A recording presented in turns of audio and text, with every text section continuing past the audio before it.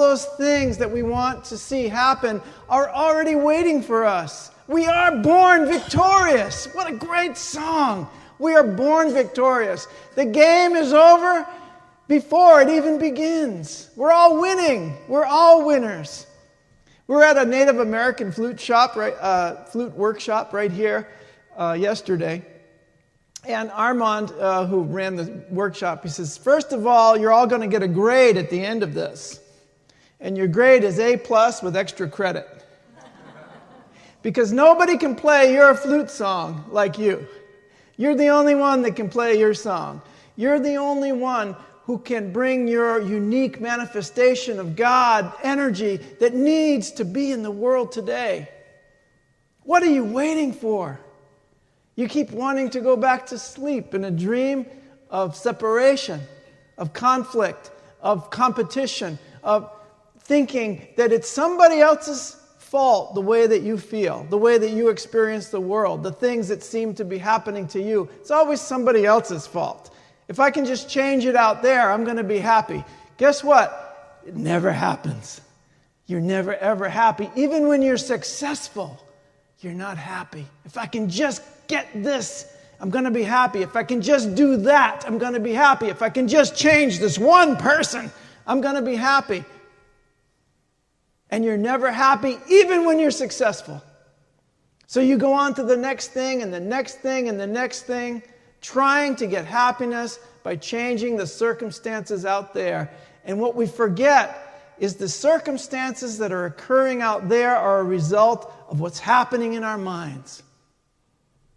So there is a revolution happening here today, my friends, but it is a revolution of consciousness. The real revolution is the evolution of our consciousness. It's not a political revolution. It's not an economic revolution. Many of the people who were around Jesus at his time thought, wow, this guy's got a lot of power. He's going to bring about a socio-political or even an armed revolution against the Romans, the people who are oppressing us. And it wasn't like that. What did he offer us? An evolution of our consciousness. A new way to see who we really are, to tap into the power that we really have. This guy was a really amazing person. We were watching, Lily and I were watching the CNN special about the Kennedys, and I said, Robert Kennedy's my favorite guy. And then, of course, they had to do his life. At his short life here, I wish we had a lot more time with Robert Kennedy, because he went out and he walked among the people who were less advantaged in our society, and he learned a great deal about himself, getting out of Hyannisport. Some of you ought to get over the bridge once in a while. He got out of Hyannisport once in a while, and he saw how people were really living. And he said, a revolution is coming. A revolution which will be peaceful.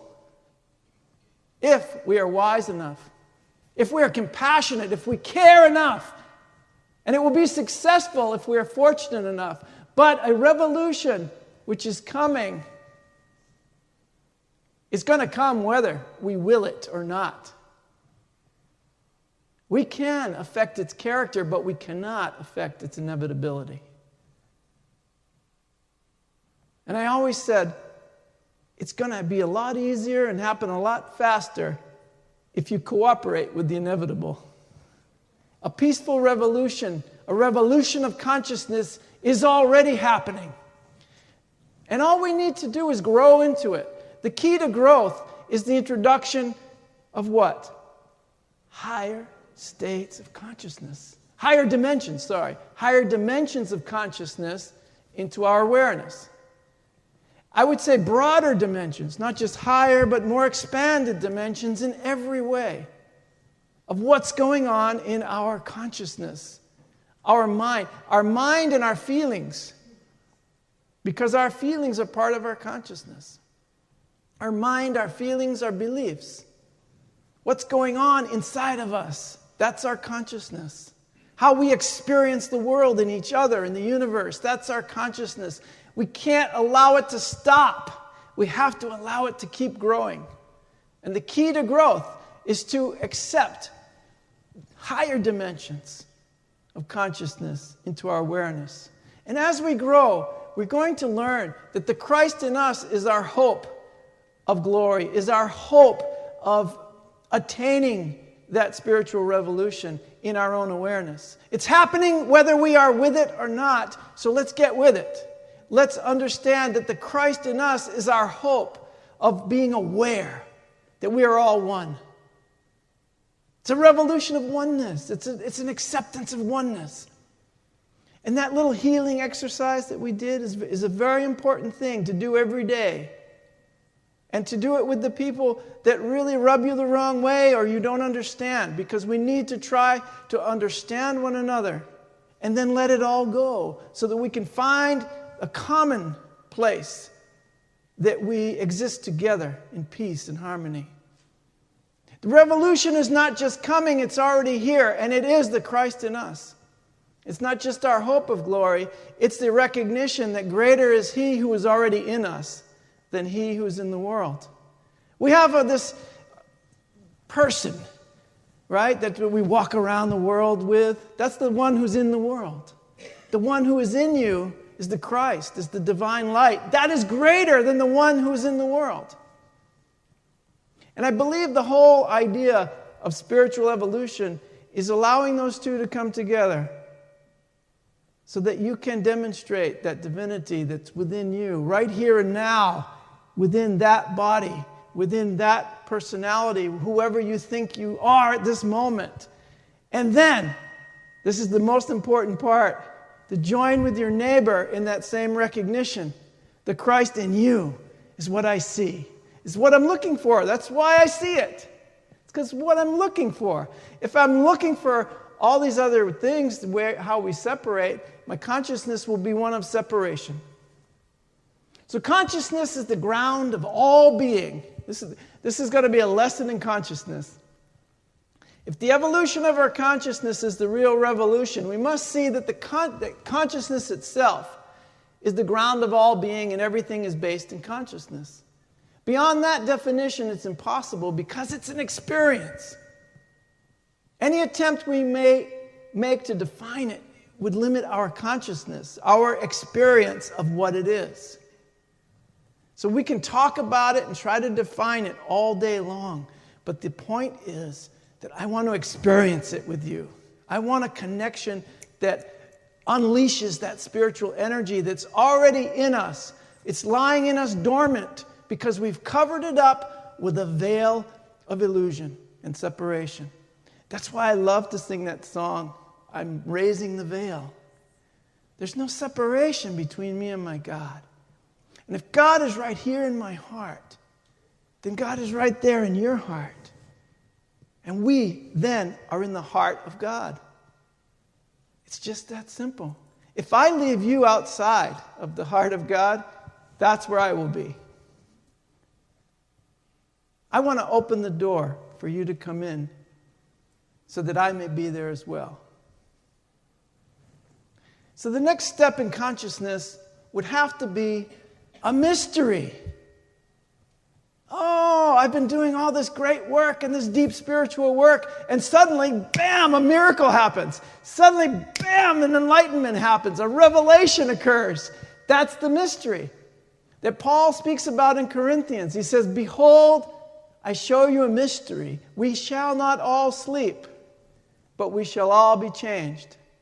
And that's what we call the awakening. We're waking up. We are literally transforming and changing. That's why in Unity we say we teach practical spiritual principles that transform lives. You can just write that on your refrigerator, right next to your new Unity refrigerator magnet. We teach practical spiritual principles that will transform your life if you practice them. If you put that magnet on your refrigerator and turn around and argue with your wife, it's not going to work. No, we practice these practical spiritual principles.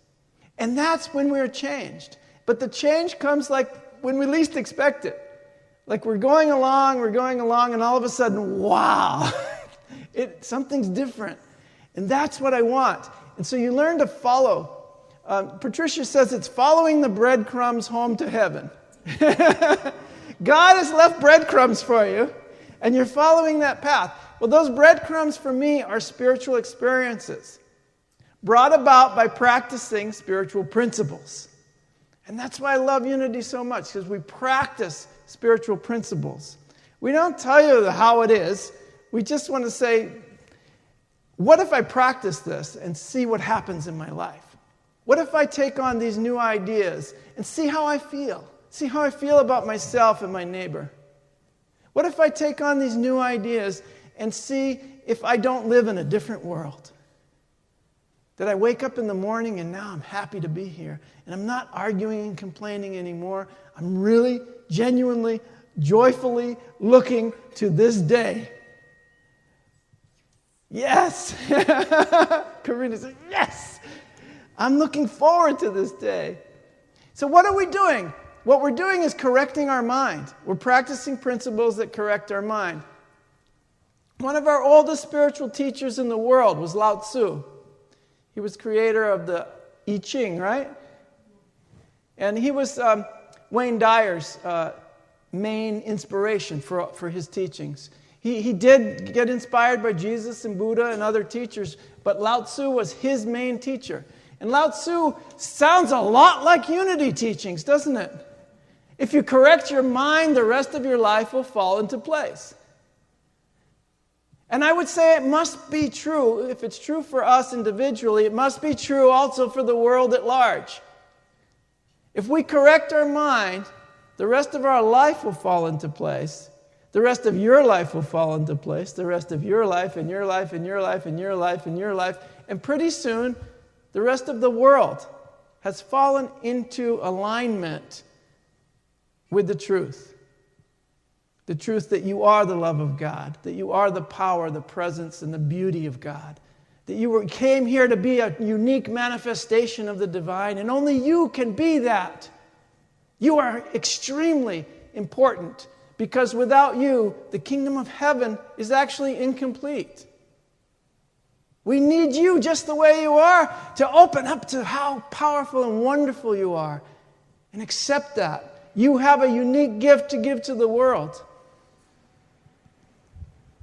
And when you correct your mind about who you are, everything begins to fall into place. But here we go. When we begin to awaken, layers have to be shed. All these old ideas, all these habits of relating to others and how we hold ourselves, they have to be shed. We may experience a little rage or depression or anxiety, fear, and all these other things. Why? Because we're holding on. We're holding on to our right to be angry, our right to judge. All those things. We're holding on to a false idea about who we are. And when we begin to let go of that, if we continue to hold on, we're going to feel some things. We might feel afraid. We might feel angry. We might feel depressed. Enjoy the ride. Yeah. Don't look at it as a bad thing. We always say, oh, I'm experiencing a lot of fear right now. Well, you're transforming. It's part of the transformation. Oh, I'm so angry right now. Don't worry. It's part of the transformation. Allow yourself those emotions. Enjoy the ride. Don't stay there. Enjoy the ride. If you stop on the ride, it might be painful. If you're on a roller coaster and suddenly you say, I don't like this anymore, and you jump off, it's not going to feel too good.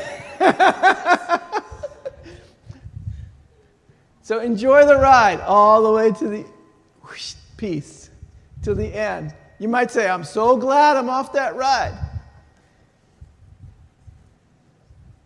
So these things are exiting your system. That's why they're coming up.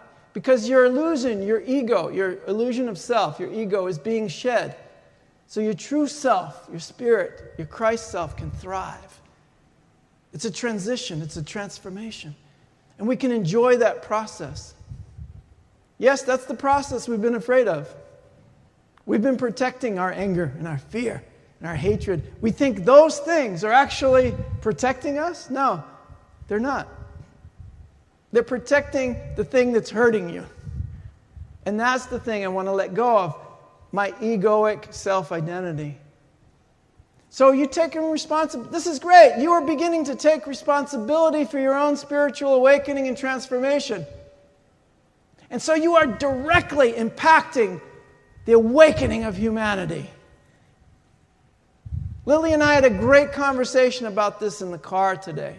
And she is an amazing teacher.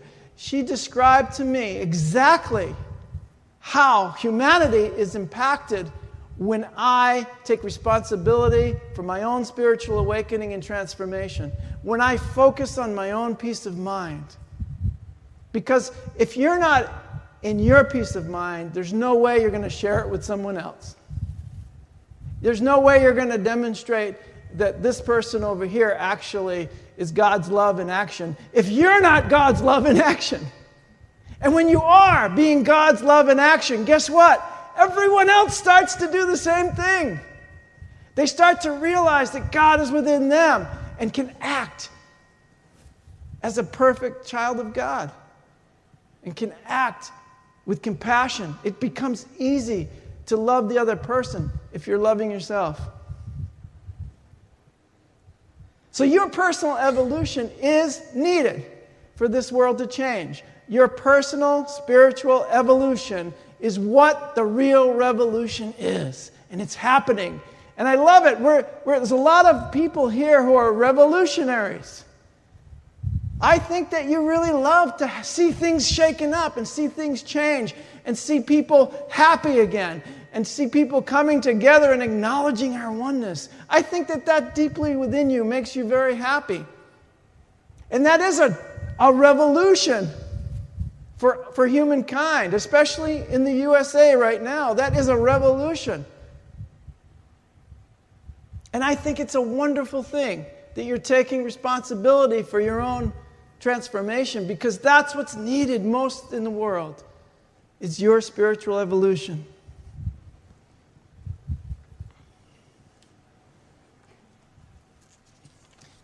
In Paul, he was talking about this almost 2,000 years ago when he said, "Be not conformed to this world, but be ye transformed." How?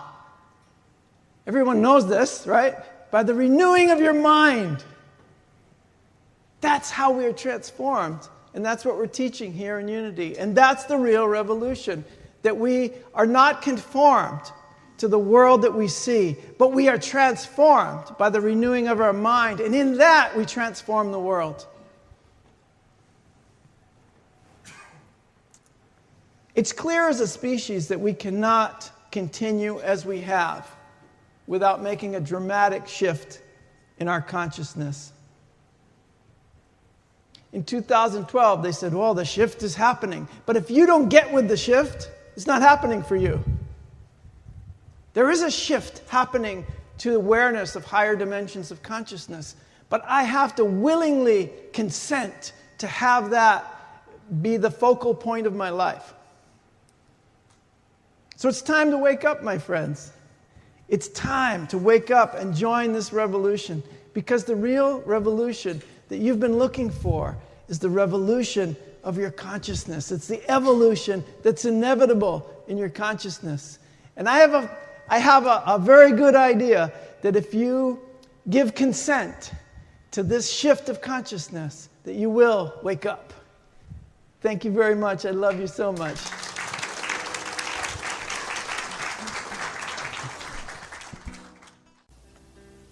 You have been watching the message from our Sunday celebration service here at Unity on Cape Cod, providing a positive path for spiritual living. Please join us every Sunday morning at 10 a.m. at 147 Walton Ave, Hyannis, Mass. And visit us online at www.unityoncapecod.org.